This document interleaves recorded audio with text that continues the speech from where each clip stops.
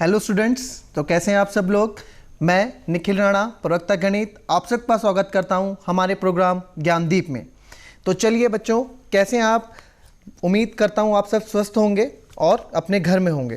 तो हम जो अपना चैप्टर कर रहे थे उसी को आज हम कंटिन्यू करके चलेंगे, नया यानी कि चैप्टर नंबर 13 पृष्ठ क्षेत्रफल और आयतन। काफ़ी बच्चों के अच्छे पॉजिटिव रिस्पॉन्सेज आए हैं, जिस तरह की मैं देख पाया हूँ आंसर्स काफ़ी बच्चों ने दिए हैं and I am very happy कि आप सब लोग इसमें इतने अच्छे रिस्पॉन्सेज दे रहे हैं। कुछ बच्चों के क्वेश्चंस की क्वेरीज है, जैसे कि अमित नेगी जी बोलते हैं कि जो डायमीटर हो गया, रेडियस हो गया, कर्व सरफेस हो गया, टीएसए हो गया, ये सब क्या है। तो बेटा मैं आपको बताऊँ, आप मेरे प्रीवियस लेक्चर में जाके देखें, बट मैं आपको यहाँ बताऊँगा थोड़ा डिटेलिंग में। अगर आपको देखना है तो आप मेरा प्रीवियस फर्स्ट लेक्चर देख सकते हैं यूट्यूब में। एंड सेकंड, हमें प्रभात कुकरेती बोलते हैं कि डिवाइड के आप रूल्स बताएं। बच्चों इसके अलग से बिल्कुल एक क्लास लूँगा, क्योंकि मेंसुरेशन जो हम ये चीज़ कर रहे हैं इसमें कैलकुलेशन ही बहुत इंपॉर्टेंट रोल अदा करता है, और बड़े बड़े क्वेश्चन जो हमारे होते हैं 6 नंबर के, उन सब में कैलकुलेशन का ही मोस्ट इंपॉर्टेंट पार्ट होता है। तो अगली क्लास जो आने वाली क्लास होगी, बहुत जल्द मैं आपके लिए डिवाइड एंड सिंप्लीफाई वाली क्लास लाऊंगा कि हमें कैसे डिवाइड करना है और कैसे हमें नंबर्स को ईजिली होके उसको सिंप्लीफाई करना है। ठीक है, आप बस वेट करिए और हमारे साथ लगातार जुड़े रहिए, और बिल्कुल आपको आने वाली 1-2 क्लासेस में ये सब देखने को मिलेगा। देन हरिराम मंगाई जी कहते हैं कि सब मीटर स्क्वायर, सेंटीमीटर क्यूब, इन सब कैसे पता लगाएं कि ये कहाँ क्या लगेगा, कहाँ मीटर स्क्वायर लगेगा, कहाँ सेंटीमीटर स्क्वायर लगेगा, कहाँ। इन 3 चीज़ का मैं क्लास स्टार्ट करने से पहले इन 3 क्वेरी को मैं ख़त्म कर देता हूँ, क्योंकि ये इंपॉर्टेंट और बेसिक क्वेरी है, क्योंकि इसी से ही क्वेश्चन आगे हमारे कंटिन्यू होंगे। और मैं फिर बोलना चाहूँगा, हमारा प्रीवियस लेक्चर देखें, उसमें ये सब चीज़ें क्लियर हो रखी हैं। मुझे लग रहा है आप लोग अभी नए जुड़े हैं तो इसलिए आपको दिक्कत हो रही है, बट मैं आपको बता दूं कि ये हमारे प्रीवियस लेक्चर में भी है। तो देखो बच्चों, आपने बोला डायमीटर रेडियस क्या होता है, इसमें आप हमें बताएं। तो डायमीटर बच्चों इस सर्कल हो गया, ठीक है, गोला हो गया। डायमीटर क्या होता है, केंद्र से केंद्र से जो, ठीक है, सर्कल की बाउंड्री, जो गोले की बाउंड्री को छुए, ठीक है, तो पूरी वो क्या डायमीटर, यानी कि वो व्यास हो जाता है। ये चाहे मैं उसको ऐसे ले लूं, चाहे ऐसे ले लूं, केंद्र से जाता हुआ, ठीक है। ये अब डायमीटर होता है बच्चों, जिनको नहीं पता देख लो, डी से डिनोट करते हैं, और हिंदी में बच्चों इसको व्यास बोलते हैं। क्लियर, पहला आ जाता है ये स्टेप। दूसरा आ जाता है मेरे पास अब इसका आधा, ठीक है। अगर मैं गोले का आधा पार्ट कर दूं, ठीक है, गोले को अगर मैं आधा कर दूं, यानी सॉरी आधा कर दूं, आधा नहीं, अगर सेंटर से ये डायमीटर का आधा, उसको हम बोलते हैं रेडियस। डायमीटर का आधा जो होता है उसको बोलते हैं रेडियस बच्चों। तो ये होता है रेडियस, इसको हम आर से डिनोट करते हैं, और इसको हिंदी में बोलते हैं त्रिज्या। इसको हिंदी में बोलते हैं त्रिज्या, ठीक है। और इसका और इनका आपस में रिलेशन क्या रहता है, डायमीटर और रेडियस का रिलेशन क्या होता है बच्चों, देख लो। अगर इसको मैं पूरा कर दूं तो क्या हो जाएगा, डायमीटर। अगर इसको आधा करें तो वो हो जाएगा रेडियस, है ना। और ये पूरा कितना है, डायमीटर होगा, पूरा डी है, ये पूरा डी है। तो इसके बीच में रिलेशन क्या है, आप देख पा रहे हो कि जो रेडियस है वो डायमीटर का क्या है, आधा है ना। जो रेडियस है वो डायमीटर का आधा है, यानी आप ये भी बोल सकते हो कि r प्लस r अगर हम जोड़ें तो एक डायमीटर बनता है ना। तो यानी कि 2rd के बराबर। तो बच्चों ये हो गया, ये तो रिलेशन था, यानी कि जो डायमीटर है बच्चों, डायमीटर कैसे बन रहा है, r प्लस r। तो r plus r 2r equals to मैंने क्या कर दिया, d कर दिया, है ना। 2r इक्वल्स टू d कर दिया। अब रेडियस, अगर फॉर एग्जांपल आप देखते होंगे कि डायमीटर फुल दिया है तो हम रेडियस क्या कर देते हैं, उसका हाफ कर देते हैं। तो इससे मुझे क्या रिलेशन पता चला, जो रेडियस होता है वो डायमीटर का हाफ होता है ना। अगर डायमीटर का मेरा, अगर मैं रेडियस 2 इधर चले जाएगा तो d/2, एक रिलेशन बन जाएगा मेरा। जो रेडियस होता है वो डायमीटर का हाफ होता है। इसका एग्जांपल आप कैसे लेंगे, इसका एग्जांपल अगर मुझे डायमीटर दिया होता है 20 सेंटीमीटर, तो रेडियस कितना होगा, इसका आधा हो जाएगा, यानी 20/2, यानी कि 10 सेंटीमीटर हो जाएगा। ये आप देख सकते हैं, ठीक है। तो डायमीटर अगर 20 सेंटीमीटर है तो रेडियस क्या हो जाता है, उसका आधा हो जाता है, डायमीटर का आधा हो जाता है, ठीक है। आप ये देख, और यहाँ पे डायमीटर का 2 गुना है, यहाँ पे अगर मैं देखना चाहूँ तो डायमीटर का 2 गुना रेडियस होता है। r plus r, diameter 2 times of radius होता है, ठीक है, और रेडियस उसका आधा होता है। वैसे ये सरकमफ्रेंस बच्चों, अब सरकमफ्रेंस का आप देख सकते हैं कि ये गोला है, सरकमफ्रेंस मेरे पास 2πr होता है। परिधि, सरकमफ्रेंस क्या होता है, एक परिधि होती है। ये क्या है, परिधि, यानी सरकमफ्रेंस क्या होता है कि इसका माप कितना है, इस गोला, जो गोले की बाउंड्री है, या फिर जो मेरे पास स्टेडियम है, क्रिकेट का स्टेडियम है, उसकी बाउंड्री कितनी लंबी है या कितनी सेंटीमीटर है। तो उसको मापने के लिए हम 2πr का फॉर्मूला फॉर्मूला यूज करते हैं, जो कि हमारा फॉर्मूला होता है, जिसको हम हिंदी में बोलते हैं परिधि। ये हमारा फॉर्मूला यूज होता है 2πr।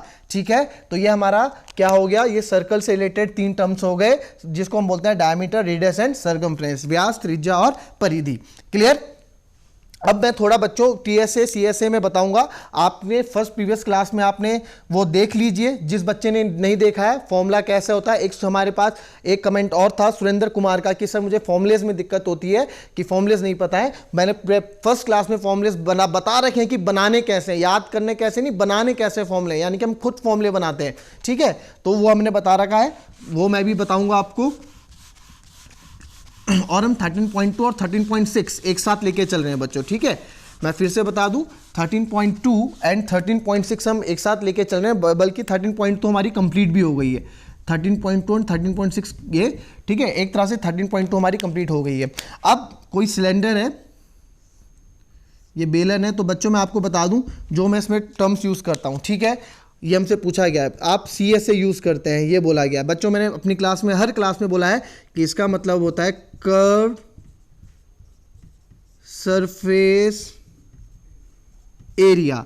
ठीक है, curve surface area, C for curve, S for surface, A for area, यानी कि वक्र पृष्ठ क्षेत्रफल, या वक्र पृष्ठीय क्षेत्रफल भी होता है और पृष्ठ क्षेत्रफल भी, कहीं कहीं पृष्ठ भी है, कहीं कहीं पृष्ठीय भी है।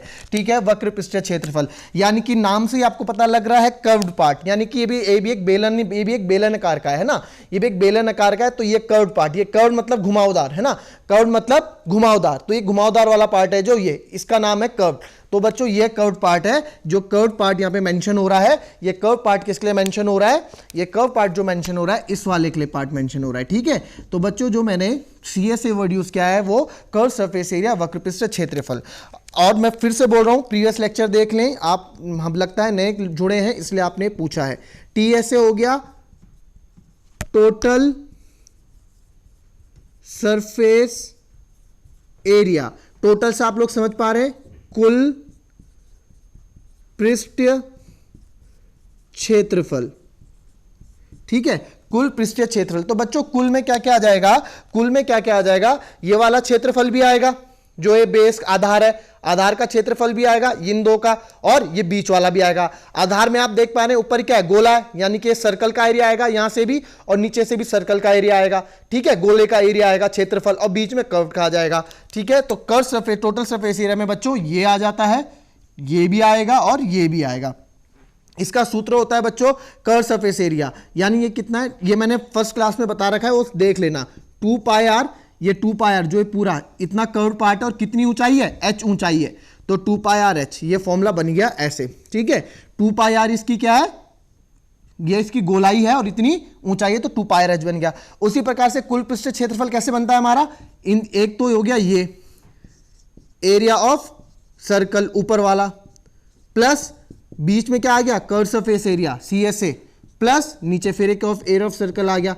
इन तीनों को जोड़ के बनता है हमारा, इन तीनों को जोड़ के बनता है हमारा कुल पृष्ठीय क्षेत्रफल। मैंने आपको जो आपने मेन चीज इसमें पूछी थी वो मैंने आपको इसमें बता दी, बाकी आप प्रीवियस लेक्चर में देख के आप इसको पूरा सॉर्ट आउट करेंगे। क्लियर। तो चलिए आज बढ़ते हैं हम अपने पहले प्रश्न की ओर।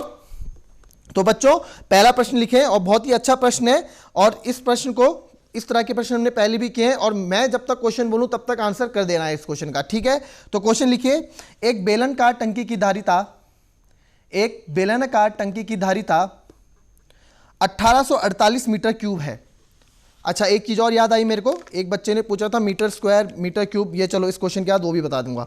ठीक है, 1848 मीटर क्यूब है, तथा इसका व्यास 14 मीटर है, तथा इसका व्यास 14 मीटर है। टंकी की गहराई ज्ञात कीजिए, टंकी की गहराई ज्ञात कीजिए। ठीक है, the capacity of cylindrical tank, the capacity of cylindrical tank is 1848 meter cube, is 1848 meter cube, and its diameter of base is 14 meter. Find the depth of the tank. Find the depth of the tank. ठीक है, इस तरह का question मैंने पहले भी कराया है। ठीक है, तो क्योंकि हम आज इसका ये वाला कर रहे हैं तो बेसिक क्वेश्चन से स्टार्ट करेंगे, उसके बाद हम अपने क्वेश्चन का लेवल धीरे धीरे बढ़ाएंगे, ठीक है।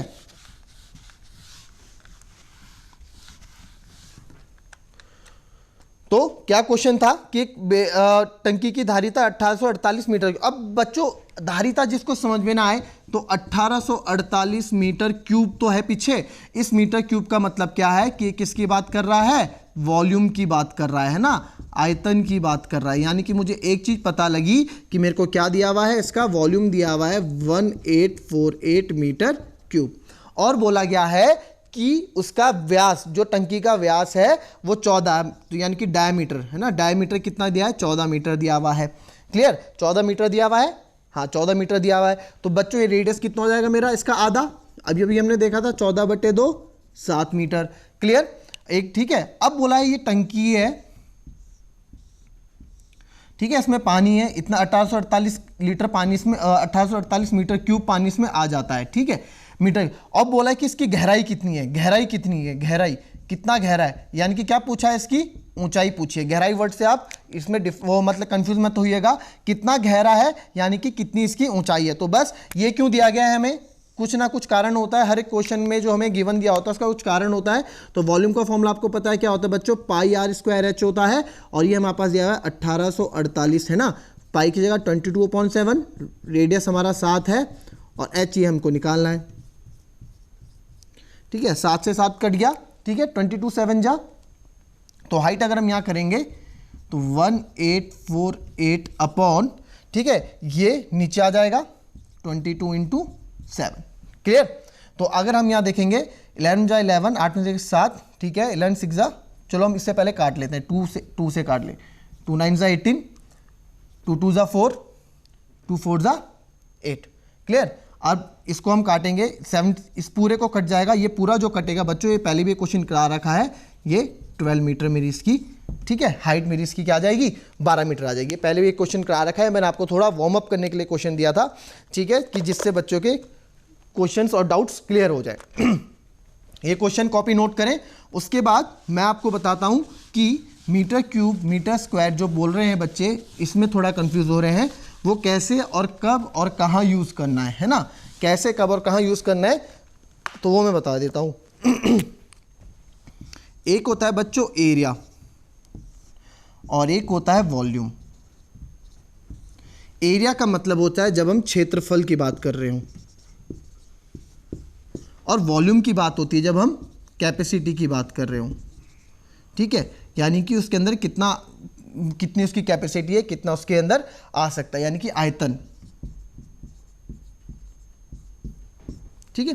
तो एरिया के जो बच्चों, जो भी एरिया की यूनिट्स होंगी, किस में होगी, मीटर स्क्वायर, सेंटीमीटर स्क्वायर, ठीक है, किलोमीटर में नहीं होगा। पहली बात, किलोमीटर क्या होता है, डिस्टेंस के लिए। कभी आपने ये देखा कि मेरे जो घर की लंबाई है वो इतने किलोमीटर स्क्वायर है, ऐसे कभी नहीं बोलते, ठीक है।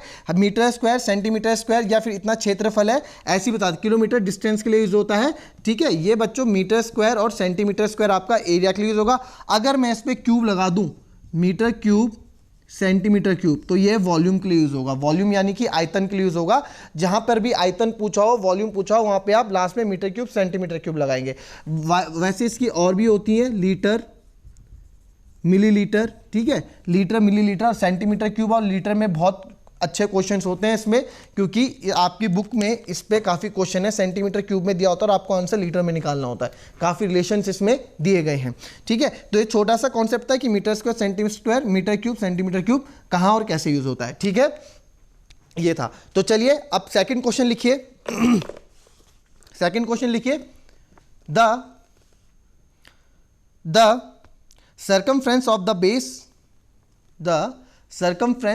base of a cylindrical vessel is 132 centimeter, and its height is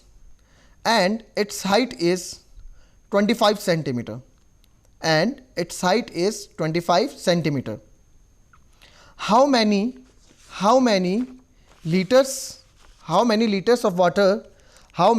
liters of water can it hold? How many litres of water can it hold? Hindi में क्वेश्चन लिखेंगे। एक बेलनाकार बर्तन के आधार की परिधि, एक बेलनाकार बर्तन के आधार की परिधि 132 सेंटीमीटर और उसकी ऊंचाई 25 सेंटीमीटर है। इस बर्तन में कितने लीटर पानी आ सकता है? इस बर्तन में कितने लीटर पानी आ सकता है? ठीक है, ये क्वेश्चन है, बहुत बेसिक सा क्वेश्चन है। ठीक है, अच्छा क्वेश्चन है। थोड़ा इसमें जो बच्चों को कंफ्यूज करेगा वो एक चीज़ कंफ्यूज करेगा, बाकी इसमें सब क्लियर एंड ओके। तो क्वेश्चन हमारा था कि जो हमें क्या है, बेलनाकार बर्तन दिया गया है, ठीक है, और बोला गया है जो उसके आधार की परिधि है, यानी कि द सर्कमफ्रेंस ऑफ बेस। अब बेस चाहे इसको मानो और चाहे इसको मानो, बेस तो बराबर ही होगा ऊपर नीचे वाला, यानी कि ये बोला गया है ना। तो यानी कि हमें क्या दिया गया है बच्चों, जो गिवन हो लिख लो, सर्कमफ्रेंस दिया गया है, परिधि दी गई है ना, सर्कमफ्रेंस परिधि कितनी दी गई है, 132 सेंटीमीटर दी गई है। ठीक है, और क्या बोला गया है, और उसमें बोला गया है, अच्छा अब ये बोला गया है, और इसमें बोला गया है कि इसमें जो ये बोला गया कितने लीटर पानी आ सकता है, और क्वेश्चन में एक क्या है, उसकी ऊंचाई 25 सेंटीमीटर है, यानी कि जो इसकी हाइट है वो 25 सेंटीमीटर है। अब हमको ये बताओ कि इसमें कितना लीटर पानी आएगा। ठीक है, कितना लीटर पानी आएगा, 25 सेंटीमीटर इसकी हाइट है। अब यार हमें कितने लीटर पानी आएगा, लीटर के बारे में पूछ रहा है, या फिर कितना पानी इसमें आ सकता है, कितना जूस इसमें आ सकता है, कितना दूध इसमें आ सकता है। तो जब भी इस तरह का क्वेश्चन पूछते हैं तो हमें क्या निकालना होता है, हमें वॉल्यूम निकालना होता है, यानी कि आयतन निकालना होता है। आयतन का हमें फॉर्मूला भी मन में याद है कि आयतन का फॉर्मूला होता है पाई आर स्क्वायर एच। एच तो उसके लिए मेरे पास गिवन है, बट आर नहीं है। आर कहाँ से आएगा, त्रिज्या तो है ही नहीं मेरे पास, ये आर तो है ही नहीं मेरे पास, ये आर कहाँ से आएगा। अब आर कहाँ, ये क्यों दिया गया है, इसका भी कोई रीजन होगा। सर्कमफ्रेंस दिया गया है, इसका भी क्वेश्चन में ये क्यों दिया गया है, इसका भी कोई रीजन होगा। तो आओ ढूंढे वो रीजन क्या है। सर्कमफ्रेंस कितना है हमें पता है, फॉर्मूला भी हमने लिखा 2 पाई आर होता है, वो 132। ठीक है, तो 2 इंटू 22/7 आर इक्वल्स टू 132। मुझे आर चाहिए ना। आप अब देखो, अब डायरेक्ट कैलकुलेशन करना स्टार्ट कर दो। ठीक है, यहीं से 22 6 132 होता है, पता है 22 6 132 होता है। और डायरेक्ट मैंने क्यों बोला, देखो अभी मल्टीप्लाई में उधर जाके इसने नीचे ही जाना था 22 ने, तब भी आपने काटना ही था, तो क्यों ना सीधे काट दो जब मल्टीप्लाई में हो। ठीक है, याद रखो जब मल्टीप्लाई में हो। ठीक है, अब वैसे ही 2 3 जा 6 कट गया। अब ये 7 उधर जाएगा, अभी डिवाइड में इक्वल्स टू के उधर जाके मल्टीप्लाई में होगा, तो आर इक्वल्स टू कितना हो जाएगा 3 इंटू 7, तो जाएगा 21 सेंटीमीटर। ठीक है, 21 सेंटीमीटर आर आ गया। और जिन बच्चों को कैलकुलेशन अभी जिनकी वीक है वो प्लीज़ ये ट्राई ना करें, उनके लिए मैं बता दूं कैसे करें, और जिनकी कैलकुलेशन अच्छी है वो अब थोड़ा एडवांस लेवल यूज़ करें। ठीक है, ये 132 है, हमें आर चाहिए ना बच्चों। जिनकी कैलकुलेशन वीक है देखो आर चाहिए, तो आर को अकेला छोड़ दो, आर को हमने छोड़ दिया अकेला, बाकी ले जाओ उधर। इधर 132 था, 7 डिवाइड में इक्वल्स टू उधर जाके मल्टीप्लाई में हो जाएगा, ये मल्टीप्लाई में इधर आके डिवाइड में हो जाएंगे, 2 और 22। अब काट दो, 22 6 जा 2 3 जा 7 3 जा, तब भी आर मेरा 21 ही आएगा। क्लियर, आप तब भी हमारा आर 21 ही आएगा। तो यह हमारा आ गया 21 सेंटीमीटर। ठीक है, आर मेरा 21 सेंटीमीटर आ गया। अब ये ऊपर वाला मैं मिटा रहा हूं, इस यहां से आप, अब आर हमारा ये आ गया। तो अब देखिए वॉल्यूम निकालना बहुत इजी हो गया। ठीक है, वॉल्यूम निकालना इजी हो गया, पाई आर स्क्वायर एच होता है। तो 22/7 आर मेरा 21 है और एच मेरा 25 है। ठीक है, ये अब निकालेंगे 7 3 21। ठीक है, 22 इंटू 25 और 21 इंटू 3, तो मैं क्या क्या करूँगा 22 इंटू 25। अब देखो 25 का टेबल सबको ईजिली से लेना है ना, तो 25 दूनी 50, 5 कैरी आ गई, फिर 25 दूनी 50 और 5 कैरी थी, तो 550 इंटू 21 3 जा 63, 21 3 जा 63। अब क्या करेंगे आप 63 इंटू 55 करेंगे, 63 इंटू 55 करेंगे, 63 इंटू 55 करेंगे, 550 नहीं करेंगे, ठीक है। 5 3 15, 5 6 30, 31, 5 1 3, 5 6 4 3 4 6 5 और एक जीरो भी है, तो 3 4 6 5 0। क्या निकाल रहे हैं बच्चों? वॉल्यूम। तो क्या आएगा? किस में चल रहा है? सेंटीमीटर में चल रहा है ना सब, तो सेंटीमीटर क्यूब।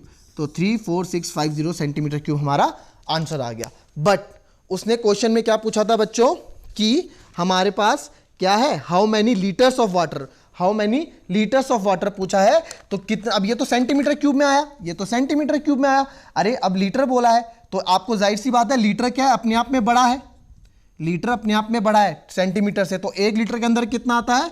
1000 सेंटीमीटर क्यूब आता है, ठीक है। 1 लीटर के अंदर 1000 सेंटीमीटर क्यूब है, ये दिमाग में डाल लो, ये बहुत इंपॉर्टेंट चीज है, ये बहुत इंपॉर्टेंट चीज है, ठीक है। तो 3 4 6 5 0 सेंटीमीटर क्यूब। अब बच्चों खुद बताओ जरा, इसमें मल्टीप्लाई करोगे कि डिवाइड करोगे? मल्टीप्लाई करोगे कि डिवाइड करोगे?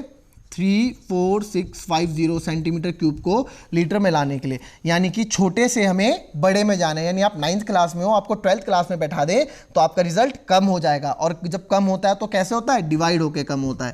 तो ये 1000, ठीक है। इसमें कंफ्यूज मत होना कि डिवाइड करना है मल्टीप्लाई करना है, बस ऐसे रिलेट कर लो, छोटे से बड़े में जा रहे हैं या बड़े से छोटे में।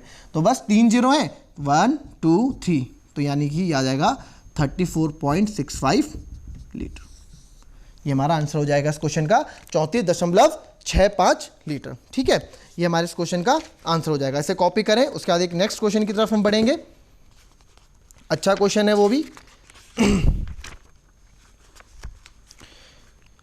इसे कॉपी करके अब नेक्स्ट क्वेश्चन लिखेंगे। The student of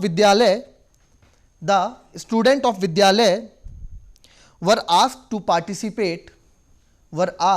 participate in a competition for making and decorating pen holders in the shape of cylinder with a base using cardboard.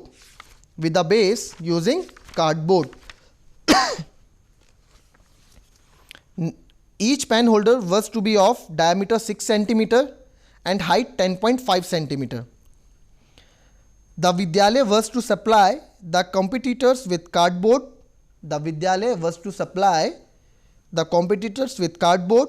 If there were 35 competitors, how much cardboard was needed to bought for the competition? Hindi में बच्चे question लिख लें। किसी विद्यालय के विद्यार्थियों से एक आधार वाले बेलनाकार कलमदानों के गत्ते से बनाने और सजाने की प्रतियोगिता में भाग लेने के लिए कहा गया। प्रत्येक कलमदान को 3 सेंटीमीटर त्रिज्या और 10.5 सेंटीमीटर ऊंचाई का होना था। प्रत्येक कलमदान को 3 सेंटीमीटर त्रिज्या और 10.5 सेंटीमीटर ऊंचाई का होना था। विद्यालय को इसके लिए प्रतिभागियों को गत्ता देना था। यदि इसमें 35 प्रतिभागी थे तो विद्यालय को कितना गत्ता खरीदना पड़ा होगा। बहुत इंटरेस्टिंग क्वेश्चन है, बहुत अच्छा क्वेश्चन है, इसको पढ़ो, ठीक है। और देखो इसमें क्या क्या हो सकता है। इसमें गिवन लिखो, क्या क्या गिवन है अपनी कॉपी में फटाफट गिवन लिख दो, क्वेश्चन क्या बोल रहा है, ठीक है। और इस क्वेश्चन को कर डालो, जिसको आता है वो करो, जिसको नहीं आता है वो समझो, ठीक है। अब इस क्वेश्चन को कैसे आप करेंगे, इसमें बोला गया है कि कार्डबोर्ड है ना, हमारे पास बच्चों एक कलमदान बनाना है, यानी पेन होल्डर, जिसमें हम पेन रखते हैं, है ना। ये पेन रखते हैं, आपने देखा होगा, आप अपने घर में भी बनाते हैं, ठीक है। और ये पेन रखते हैं, ठीक है। बहुत ईजी है, मैं इसमें बताऊंगा। और ये कलमदान है, ठीक है। अब कलमदान को बच्चों, अब एक बार बताओ, आप इसमें ऊपर से पेन रखोगे ना, यहाँ से पेन रखेंगे हम, ये पेन रख दिए, अगर पेन रख दिए हमने, ठीक है, पेन रख दिए, तो बच्चों नीचे से खोखला होगा क्या? नीचे से खोखला होगा? नहीं, नीचे से क्या होगा? ठोस होगा, है ना, ये नीचे से ठोस होगा ये, यानी कि जो सजावट हम करेंगे वो ठोस में भी करेंगे, यानी जो गत्ता लगेगा बच्चों वो ठोस में भी एक गत्ता लगेगा। यहाँ तो लगेगा ही लगेगा गत्ता, इसमें तो लगना ही लगना है गत्ता, कर्व पार्ट में, है ना, इसमें तो लगना ही लगना है गत्ता, बट ठोस में, क्योंकि ऊपर से खाली रहेगा पेन, और टिकेंगे पेन का, इसके बेस में पेन टिकेंगे जिसमें हम पेन रखेंगे, है ना। तो इसमें क्या क्या गिवन है? इसकी रेडियस हमको दी हुई है 3 सेंटीमीटर, ठीक है, और हाइट हमें दी गई है कि 10.5 सेंटीमीटर इसकी हाइट है। क्लियर? अब कितना गत्ता मुझे एक पेन होल्डर बनाने के लिए लगेगा? ये क्या है? 10.5 सेंटीमीटर, और ये क्या है? एक पेन होल्डर है ना, जिसमें हम कलमदान जिसको हम बोलते हैं, जिसमें हम पेन रखते हैं। आप अपने प्रिंसिपल सर के ऑफिस में जाएंगे, वहां भी आपको कलमदान देखने को मिल जाएगा। तो cardboard required for 1 pen holder, यानी कि अगर मैं एक पेन होल्डर के लिए, एक कलमदान के लिए मुझे कितने गत्ते की आवश्यकता होगी, पहले वो निकाल लेते हैं। Cardboard required for 1 pen holder, तो भाई कितना लगेगा? कितना लगेगा? कितना लगेगा बताओ, कितना गत्ता लगेगा? अभी अभी तो आपको बताया मैंने कितना गत्ता लगेगा। ये लगेगा, एक तो गत्ता यहां लगेगा इस वाले पार्ट में, ये है ना, तो मेरा आ जाएगा curve surface area of cylinder या फिर ऑफ पेन होल्डर, जो भी आप बोलो, मैं सिलेंडर लिख देता हूं, प्लस जो मेरा लगेगा, ये लगेगा एरिया ऑफ बेस, ये मेरा लगेगा एरिया ऑफ बेस, है ना बच्चों, ये तो लगेगा, साथ में एरिया ऑफ बेस भी लगेगा। अब इसमें क्या है? एरिया ऑफ बेस भी लगेगा, तो कर्व सरफेस ऑफ सिलेंडर हमको पता है क्या होता है? 2 पाई आर एच, और एरिया ऑफ बेस नीचे क्या है? सिलेंडर है, तो पाई आर स्क्वायर, नीचे क्या है? सिलेंडर है, पाई आर स्क्वायर। अब 2 पाई आर एच, इसमें मैं पाई आर कॉमन ले लूं, पाई आर कॉमन ले लूं, अंदर बचेगा 2h प्लस आर, अंदर बचेगा 2h plus are, pi are की जगह आप रखेंगे 22/7, ठीक है, इंटू आर 3 और 2, h की जगह 10.5 प्लस आर मेरा कितना है? 3। अब बच्चों मैंने आपको ये एक दूध वाला क्वेश्चन जैसे मैंने कराया था उसी तरह का एक क्वेश्चन है, इसके आगे की जिम्मेदारी आपकी, इसके आगे की जिम्मेदारी आपकी। इस क्वेश्चन को जरूर मैं आगे कराऊंगा, नेक्स्ट क्लास में जरूर हम इस क्वेश्चन को करेंगे और अच्छे से करेंगे, बट मैं चाहता हूं ये क्वेश्चन आप पूरा करो। एक मैंने क्वेश्चन आपको कराया था, एक विद्यालय में इतने लीटर दूध की आवश्यकता होती है, तो कितना दूध हमें चाहिए, याद करना क्वेश्चन, प्रीवियस क्लास में देखना, बस कुछ ऐसे ही ये क्वेश्चन है, इसमें गत्ता आ गया, उसमें दूध था, ठीक है। तो बस आज की क्लास हम यहीं पर रोकेंगे अपनी, यहीं पर समाप्त करेंगे, और ये क्वेश्चन मैं चाहूंगा आप हर बच्चे का आंसर मेरे को मिले, ठीक है। जिनका नहीं होगा मैं बताऊंगा आपको, बिल्कुल अच्छे से समझाऊंगा, बट इसको करें जरूर, ठीक है। तो आज की क्लास हम यहीं समाप्त करते हैं, और जिन बच्चों के लेक्चर छूट गए हो, प्रीवियस लेक्चर छूट गए, तो हमारे YouTube channel DD Uttarakhand Gyandeep में अपने लेक्चर देख सकता है। Thank you and have a nice day.